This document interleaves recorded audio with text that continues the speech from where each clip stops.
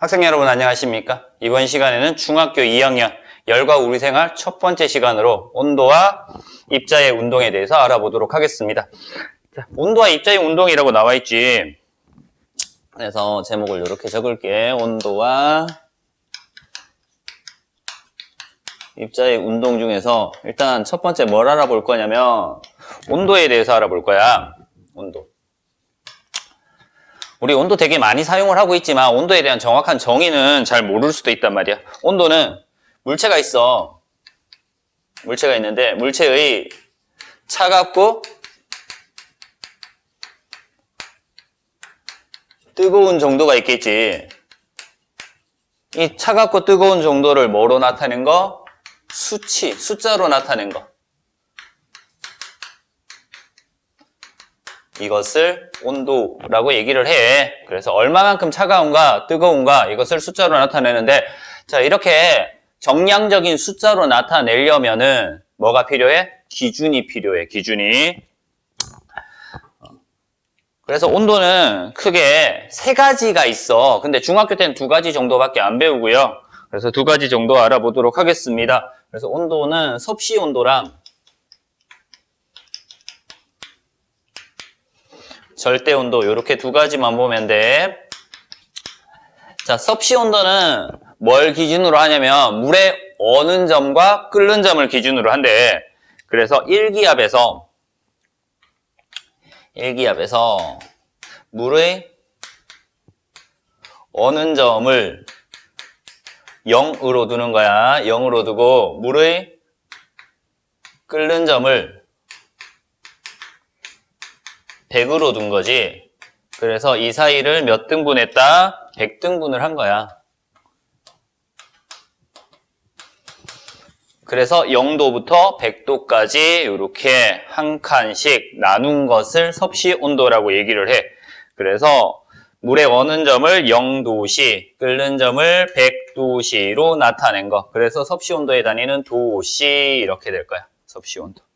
자, 이렇게 나타낸 것이 섭씨 온도고요. 절대 온도는요, 단위가 켈빈이라는 단위를 써.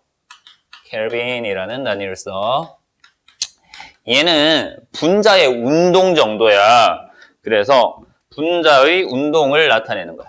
입자의 운동.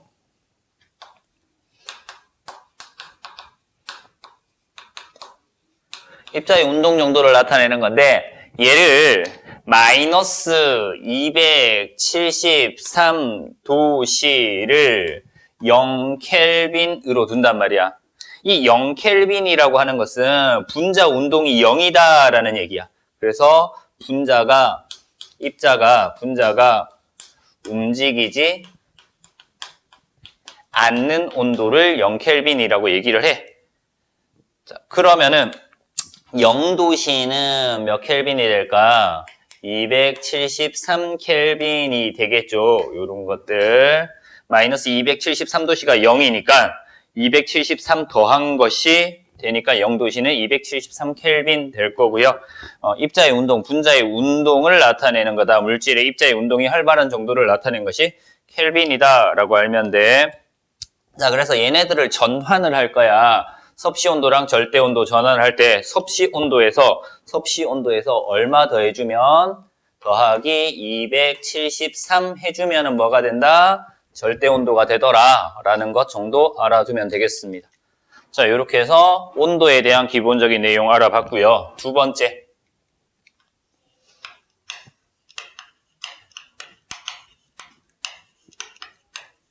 입자의 운동에 대해서 나와 있어. 움직이는 정도예요. 그치?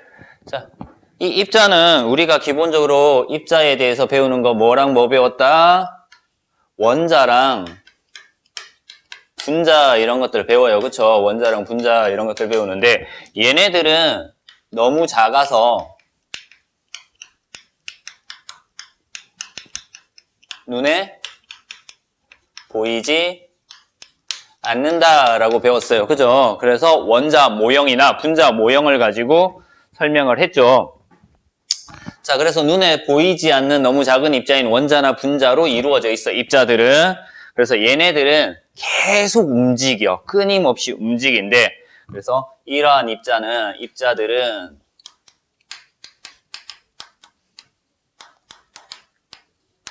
끊임없이 움직인다 라는 거. 그래서 이 끊임없이 움직이는 증거가 되는 게 뭐냐면은요, 증발과 확산이 증거가 되는 거야. 뭐 브라운 운동 이런 것들도 있을 건데 중학교 과정에서는 증발과 확산 정도만 알면 됩니다. 자, 이렇게 해서 입자는 끊임없이 운동을 하더라 라는 거. 자, 입자가 운동을 하는데 세 번째, 이제 입자의 운동과 온도에 대해서 연관을 지을 거야. 그래서 입자 운동이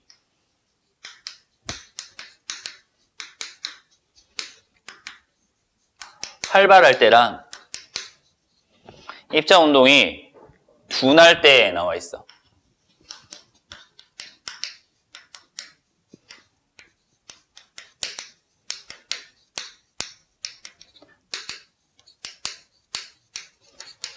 입자 운동이 활발할 때는 온도가 높은 상태. 입자 운동이 둔하다라는 얘기는 온도가 낮은 상태다라고 알면 돼. 온도가 낮으면은 천천히 움직인다. 온도가 높으면은 빠르게 움직인다라고 알면 돼. 그래서 온도라고 하는 것은 아까 여기서 했다, 그지? 절대 온도에 써 있지만 온도라고 하는 것은 뭐를 나타내?